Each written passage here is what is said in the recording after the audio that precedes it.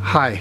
In a previous video, I talked about a man named Andres Pira who wrote a book called Homeless to Billionaire.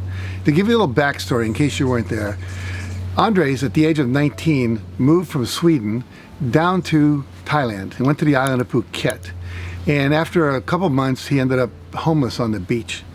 And he said to a friend, he said, I want you to send me $100. Send him a text, said, would you send me $100? Friend said, no. You weren't that good a friend. I'm not going to send you $100. However, I'm going to send you a book that I think can change your life. And he sent him a text, an attachment of the book, The Secret. And he read that and he learned about the law of attraction. He started applying the law of attraction to his life. And after a few years, he started to have his own construction company. He was building apartment buildings and condo complexes and hotels and resorts. And by the age of 35, only 15 years later, he was worth $3 billion. So Homeless to Billionaire in 15 years. And in this book, Homeless to Billionaire, he talks about the 17 principles of success that allowed him to come to that place where he was a billionaire. And he studied my work, he studied the work of Tony Robbins and Brian Tracy and Bob Proctor and many of those people that you know about. And in the earlier video, I talked about the first 10 principles that he used that led him to his success. Now, you can find that video on YouTube and other places and just look for Homeless to Billionaire. But I want to share with you today some of the other principles that I didn't get the time to share with you last time that he claims and uses to create the billionaire lifestyle that he has.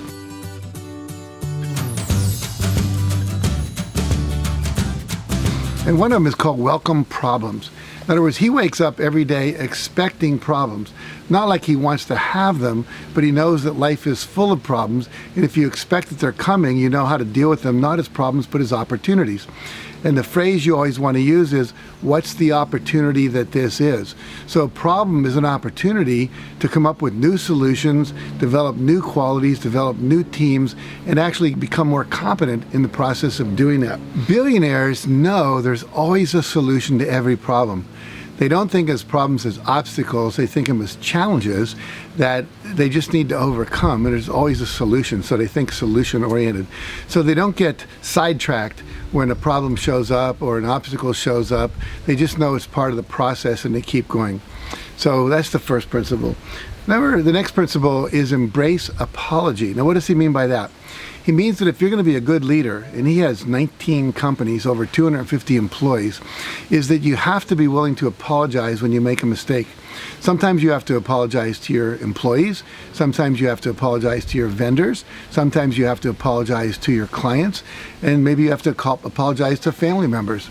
I know it's very difficult for me when I realized I'd made a mistake with my children and I needed to apologize and say, I'm sorry, I was wrong. But when you do that, you engender trust. People trust you more, they realize you're human, they give you the space to make mistakes, and they also know that you're creating an environment where they're going to make mistakes as well. But when you're in the unknown, forging ahead into areas where no one's been successful before, like he was the first time he built a resort or built a condo complex, he knew that he was going to make some mistakes, and he knew he'd have to apologize. And that apology allows energy to move rather than be stuck, rather than for people to be afraid of you. It's not okay to make a mistake, or for you to be defensive and not admit the mistakes that you've made. A lot of people don't admit their mistakes because they feel like it's somehow a blemish on their character. It means they're inadequate, they're incompetent. And you know, we're all just learning in the process. And so give yourself permission to make mistakes and be willing to issue apologies when they're necessary. It takes courage to do that, but it builds people's respect for you, and ultimately it builds your own self-respect as well. His next principle was fit body, strong mind. And what he realized is all the research shows that the best way to have your mind in shape is to have your body in shape. You know, the Greeks and the Latins, they said mens corpore and corpore sano. In other words, have a good mind, a sane mind in a healthy body. And that's why the Olympics were created back in the Greece days, because people knew they had to be healthy and fit. And when you're healthy and fit, your brain works better. You get better ideas. And successful people always exercise. Another book that I wrote a foreword to was The Billionaire Secret. And we found this friend of mine, Raphael Beziag, who interviewed 21 billionaires, Every one of them got up early, and every one of them exercised every day, including people that were 80 years old. And so exercise is part of every billionaire's toolkit, if you will, part of their daily disciplines. And he went ahead and he researched the exercise habits of ultra successful people. And here's what he found. Mark Zuckerberg, the CEO of Facebook, works out 3 times a week, running with his dog in the morning. Richard Branson, who started the Virgin Group, Virgin Airlines, has over 300 companies, gets up every morning at 5 a.m., kite surfs, swims, plays tennis, and claims he gets 4 hours of additional productivity every day simply because of his exercise. Condoleezza Rice, former Secretary of State, got up every morning at 4:30 and exercised cardio or treadmill or elliptical for 45 minutes every single day. Former President Barack Obama, 45 minutes a day, 6 days a week. He was alternating between cardio and weights. How about Mark Cuban, billionaire, owns the Dallas Mavericks basketball team, member of the Shark Tank crew, all kinds of companies that he's invested in. An hour of cardio 6 days a week. These are elliptical, Stairmaster, playing basketball, kickboxing, and aerobics. Tim Cook, CEO of Apple, gets up at 4:30 every morning, goes to the gym several times a week, also cycles and rock climbs. So the idea here is you need to get the exercise because it's actually activating your brain. And they say it's the most powerful way to avoid dementia, Alzheimer's, or any of those kind of debilitating brain diseases. A lot of the experts say exercise is the single most powerful tool you have to optimize brain function and to reduce Alzheimer's, Parkinson's, and dementia. So most people say aerobics for 45 minutes, 6 times a week is the best thing. They say the minimum will be 3 times a week, 30 minutes. You know, if you exercise for 30 minutes 3 times a week, it puts you in a top 1/10 of 1% of fitness in America. Think about that. That's how unfit most of our country is. And look at the people that are super successful. All these billionaires and millionaires are exercising. Now, the last principle I want to share with you today, and there's a few more I'll do in the future, is pay more, give more, keep more. And what he meant by that is you want to pay more to the people that are your employees and your vendors. In other words, don't skimp. When you pay people little, then they don't have as much money to do the detailed work that they need to do. And he talked about a company where he hired them to do some design work for him, but he tried to get the best deal he could. And in the process, they didn't really have enough money and they were outsourcing stuff to cheaper vendors. And the whole thing kind of went to hell because it didn't work real well because they weren't getting the best resources that they could on the project. So he offers to pay more.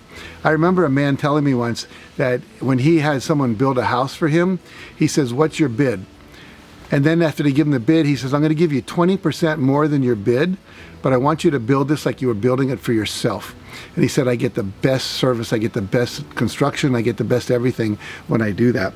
And he also talked about giving more personally. In other words, spending time with people, appreciating them. You know, he talks about his staff, and he's got 250 employees. And what he does with those people is he sends them to trainings, he motivates them, he appreciates them, he takes them on outings, like they'll climb a mountain together, they'll go to some adventure thing together. They have lots of staff gatherings together, as we do in our company. We sometimes gather the whole staff around a fire pit. We'll sit and talk from 4 in the afternoon until it's late at night and 9 o'clock, and you can hardly see, but the fire's going, and you have that kind of primal thing that people do when they sit around fires that bonds the group in a great way. We spend a lot of money on staff training, on learning more about marketing and sales and enrollment and all those kind of things. So people in my company have very, very, very, very little turnover. People stay for a long, long time because they feel valued. And so you want to give more time to people, more appreciation, more acknowledgement with them. And then the last thing is to keep more for yourself.